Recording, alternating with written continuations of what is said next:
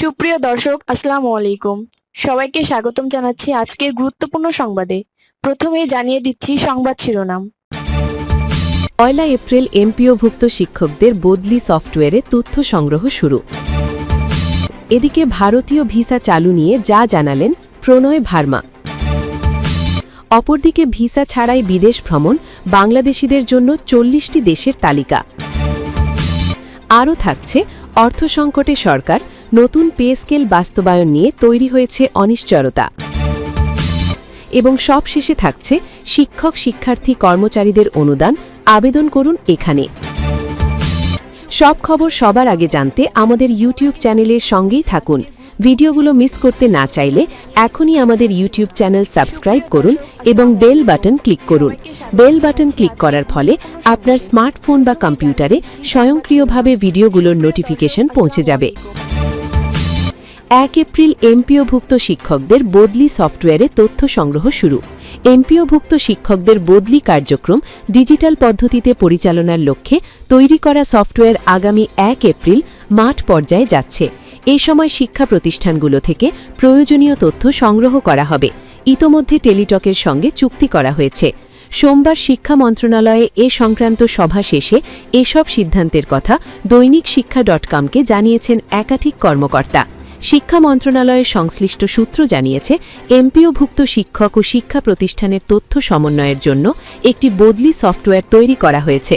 সফটওয়্যারটি চালুর আগে মাঠ পর্যায় থেকে বিভিন্ন তথ্য সংগ্রহ করে তা সিস্টেমে যুক্ত করা হবে। বর্তমানে শিক্ষকদের আবেদনের ভিত্তিতেই বদলি কার্যক্রম সম্পন্ন হয়। তবে নতুন নীতিমালায় পরিবর্তন আনা হলে সরকার প্রশাসনিক প্রয়োজন বিবেচনায়ও শিক্ষকদের বদলি করতে পারবে। এবার একই সফটওয়্যারে বদলি হবে প্রতিষ্ঠান প্রধান থেকে কর্মচারী। ঈদের পর নীতিমালা সংশোধন করা হবে। এদিকে ভারতীয় ভিসা চালু নিয়ে যা জানালেন প্রণয় ভার্মা। বাংলাদেশে নিযুক্ত ভারতীয় উচ্চায়ুক্ত প্রণয় ভার্মা জানিয়েছেন, বাংলাদেশিদের জন্য স্থগিত থাকা ভারতীয় ট্যুরিস্ট ভিসা চালুর বিষয়ে আপাতত কোনো সুনির্দিষ্ট সুখবর নেই। তবে ভিসা প্রক্রিয়া পুনরায় স্বাভাবিক করার প্রচেষ্টা অব্যাহত রয়েছে এবং এটি চালু হলে যথাসময়ে তা জানিয়ে দেওয়া হবে। সোমবার প্রধানমন্ত্রীর অর্থ উপদেষ্টা রাশেদ আল মাহমুদ তিতু মীরের সাথে এক বৈঠকের পর সাংবাদিকদের এসব তথ্য জানান তিনি। এর আগে গত 2 মার্চ তিনি দ্রুতই ভিসা কার্যক্রম স্বাভাবিক হওয়ার আশাবাদ ব্যক্ত করলেও আজকের বক্তব্যে কিছুটা ভিন্ন সুর লক্ষ্য করা গেছে।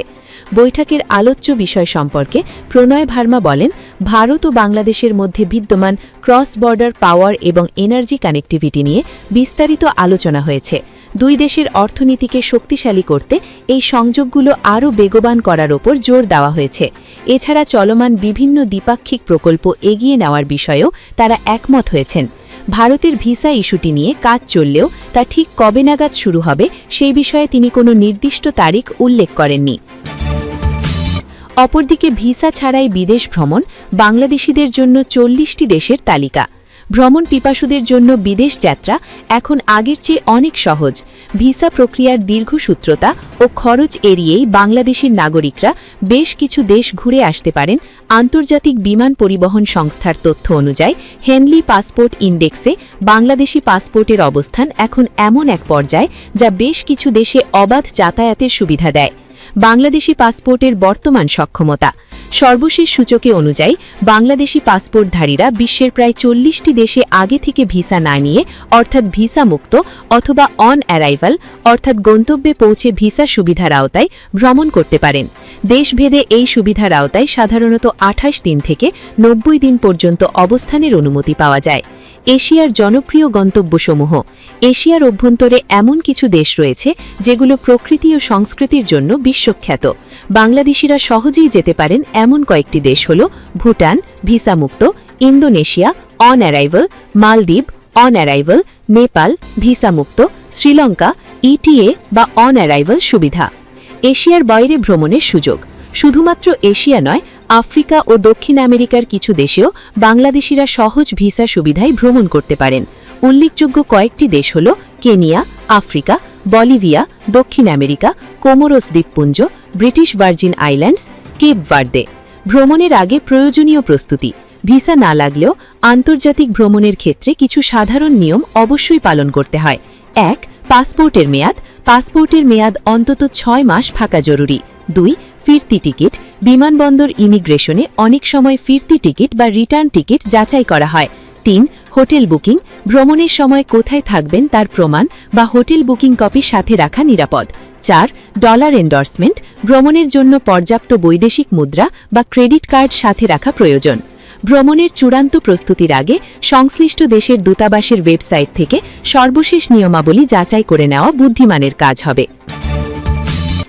আরও থাকছে অর্থসংকটে সরকার, নতুন পে স্কেল বাস্তবায়ন নিয়ে তৈরি হয়েছে অনিশ্চয়তা। বাংলাদেশ জাতীয়তাবাদী দল বিএনপি সরকারের দায়িত্ব গ্রহণের মাস পেরোতেই আন্তর্জাতিক ও অভ্যন্তরীণ নানা প্রতিকূলতার মুখে পড়েছে দেশের অর্থনীতি। ইরান, ইসরায়েল ও যুক্তরাষ্ট্রের মধ্যে শুরু হওয়া যুদ্ধের প্রভাবে বিশ্ববাজারে জ্বালানি তেলের দাম বৃদ্ধি এবং দেশে তীব্র জ্বালানি সংকট দেখা দিয়েছে। এর পাশাপাশি সরকারের রাজস্ব ঘাটতি 60,000 কোটি টাকা ছাড়িয়ে যাওয়ায় দেখা দিয়েছে চরম অর্থ সংকট। এই পরিস্থিতিতে নতুন জাতীয় পে স্কেল বাস্তবায়ন নিয়ে ধীরে চলো নীতি গ্রহণ করেছে সরকার। বাজেট বরাদ্দের চিত্র ও ব্যয়। 2025-26 অর্থবছরের বাজেটে নতুন পে স্কেল বাস্তবায়নের জন্য 40,000 কোটি টাকা সংরক্ষিত রাখা হয়েছিল। তবে অর্থ বিভাগের তথ্যমতে এই বিশাল অঙ্কের প্রায় পুরোটাই ইতিমধ্যে অন্য জরুরি খাতে ব্যয় হয়ে গেছে। এর মধ্যে আন্তর্জাতিক বাজারে তেলের দাম বাড়ায় জ্বালানি ভর্তুকি বাবদ 24,000 কোটি টাকা দেওয়া হয়েছে। এছাড়া নির্বাচনী প্রতিশ্রুতি পূরণে কৃষকদের ঋণ সহায়তা এবং সামাজিক সুরক্ষা কর্মসূচিতে খরচ হয়েছে 15,000 কোটি টাকা। সরকারের ফ্যামিলি কার্ড প্রকল্পের পরীক্ষামূলক ধাপে ব্যয় হয়েছে আরও 38,7,00,000 টাকা। ফলে সংরক্ষিত 40,000 কোটি টাকার মধ্যে বর্তমানে 961,93,00,000 টাকাই অবশিষ্ট রয়েছে। পে স্কেলের প্রস্তাবিত কাঠামো। নতুন জাতীয় পে স্কেলে সরকারি কর্মচারীদের জন্য মোট 20টি গ্রেডের সুপারিশ করা হয়েছে। এতে সর্বনিম্ন বেতন 20,000 এবং সর্বোচ্চ 1,60,000 করার প্রস্তাব দেওয়া হয়েছে। তবে বর্তমান আর্থিক পরিস্থিতিতে এই বিশাল অঙ্কের দায়ভার বহন করা সরকারের জন্য বড় চ্যালেঞ্জ হয়ে দাঁড়িয়েছে। পে স্কেল বাস্তবায়নে অনিশ্চয়তার খবরে হতাশা ও প্রত্যাশা বিরাজ করছে সরকারি কর্মকর্তা ও কর্মচারীদের মধ্যে। তবে অর্থ বিভাগ সূত্রে জানা গেছে, জাতীয় সংসদের আসন্ন অধিবেশনে এই বিষয়ে বিস্তারিত আলোচনা হতে পারে। কর্মচারীদের বড় একটা অংশ আশা করছেন, পূর্ণাঙ্গভাবে সম্ভব না হলেও বর্তমান মূল্যস্ফীতির বাজারে স্বস্তি ফেরাতে সরকার অন্তত আংশিকভাবে হলেও নতুন পে স্কেল কার্যকর করার পদক্ষেপ নেবে। সরকারের পক্ষ থেকে জানানো হয়েছে, আন্তর্জাতিক পরিস্থিতি এবং দেশের সামষ্টিক অর্থনীতি স্থিতিশীল না হওয়া পর্যন্ত এত বড় আর্থিক সিদ্ধান্ত নেওয়া বাস্তবসম্মত নয়। ফলে চলতি অর্থবছরে নতুন পে স্কেল আলোর মুখ দেখবে কিনা তা নিয়ে সংশয় থেকেই যাচ্ছে। এবং সব শেষে থাকছে শিক্ষক, শিক্ষার্থী, কর্মচারীদের অনুদান আবেদন করুন এখানে। চলতি 2025-26 অর্থবছরের বাজেটের আওতায় কারিগরি ও মাদ্রাসা শিক্ষা প্রতিষ্ঠানের শিক্ষক, কর্মচারী ও শিক্ষার্থীদের জন্য বিশেষ আর্থিক অনুদানের ঘোষণা দিয়েছে সরকার। গত 15 মার্চ থেকে এই আবেদন প্রক্রিয়া শুরু হয়েছে, যা চলবে আগামী 20 এপ্রিল পর্যন্ত। কারিগরি ও মাদ্রাসা শিক্ষা বিভাগের উপসচিব মোহাম্মদ মাহমুদুল হক স্বাক্ষরিত এক বিজ্ঞপ্তিতে এই তথ্য নিশ্চিত করা হয়েছে। কারা আবেদন করতে পারবেন? 1 শিক্ষা প্রতিষ্ঠান, সরকারি ও বেসরকারি স্বীকৃতিপ্রাপ্ত কারিগরি শিক্ষা প্রতিষ্ঠান এবং স্বতন্ত্র ইবতেদায়ী মাদ্রাসাগুলো মেরামত, আসবাবপত্র তৈরি, খেলাধুলার সরঞ্জাম ক্রয় এবং পাঠাগার উন্নয়নের জন্য আবেদন করতে পারবে। অগ্রগসর এলাকার অসচ্ছল প্রতিষ্ঠানগুলো প্রাধান্য পাবে। 2 শিক্ষক, কর্মচারী, দুরারোগ্য ব্যাধি, জটিল চিকিৎসা বা দৈব দুর্ঘটনার শিকার শিক্ষক কর্মচারীরা এই সহায়তার জন্য আবেদন করতে পারবেন। 3 শিক্ষার্থী, কারিগরি ও মাদ্রাসা পর্ব শিক্ষার্থী শিক্ষা ব্যয় নির্বাহ, জটিল রোগ বা দুর্ঘটনার জন্য আবেদন করতে পারবে। এক্ষেত্রে দরিদ্র, মেধাবী, প্রতিবন্ধী ও অনগ্রসর সম্প্রদায়ের শিক্ষার্থীরা প্রাধান্য পাবে। আবেদনের সময় ও পদ্ধতি। আবেদনের সময়সীমা 15 মার্চ 2026 থেকে 20 এপ্রিল 2026 পর্যন্ত। Online portal. আবেদন করতে হবে www.tmed.gov.bd ওয়েবসাইটে অথবা সরাসরি www.mygov.bd পোর্টালে গিয়ে। কোনো হার্ড কপি বা সরাসরি আবেদন গ্রহণ করা হবে না। গুরুত্বপূর্ণ শর্তাবলী, পেমেন্ট পদ্ধতি, প্রতিষ্ঠানের ক্ষেত্রে অনুদানের টাকা ব্যাংক অ্যাকাউন্টে এবং শিক্ষক ও শিক্ষার্থীর ক্ষেত্রে নগদ মোবাইল ব্যাংকিংয়ের মাধ্যমে পাঠানো হবে। তাই আবেদনের আগেই শিক্ষার্থীর অভিভাবক বা শিক্ষকের নামে নগদ অ্যাকাউন্ট সচল থাকতে হবে। প্রয়োজনীয় নথিপত্র: শিক্ষক কর্মচারীর জাতীয় পরিচয়পত্র এবং শিক্ষার্থীর ক্ষেত্রে অনলাইন জন্ম নিবন্ধন এবং অভিভাবকের জাতীয় পরিচয়পত্র বাধ্যতামূলক।